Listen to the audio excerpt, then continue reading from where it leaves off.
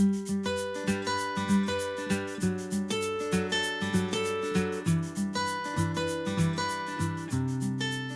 the household have this square grill pan.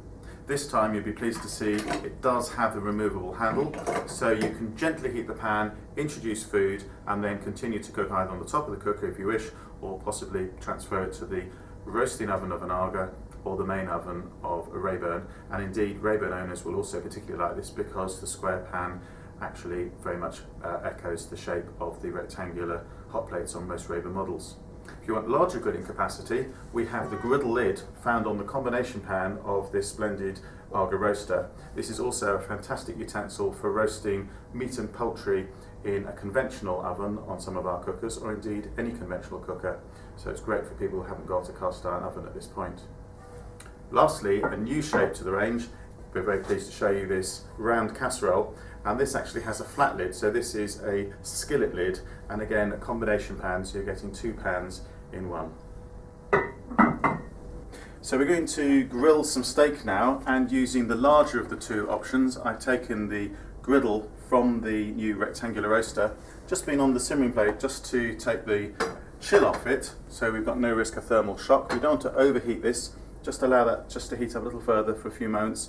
The beauty of this for grilling steak is that we can actually use it with no added fat whatsoever, so it's completely clean and dry at the moment. And here we have two aged sirloin steaks.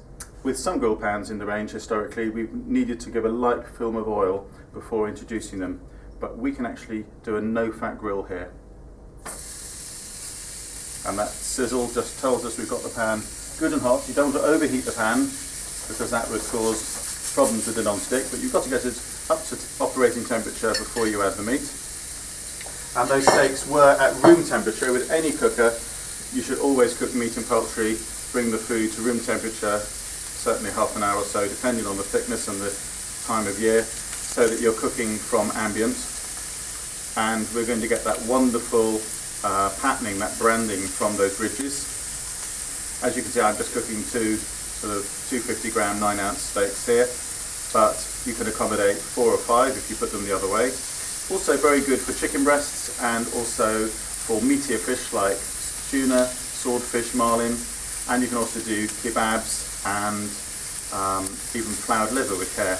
At this point, if you prefer, having got the utensil nice and hot, we can continue to cook, if we prefer, on the floor of the roasting oven, or you can also do a mixture of grilling from below and above right at the top of the hot oven.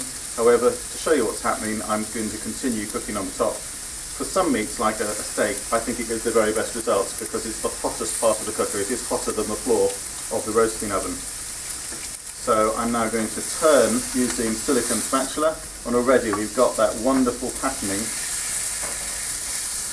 and as you can see, with no added fat, and that lifted off perfectly because that is the property of this wonderful non-stick surface.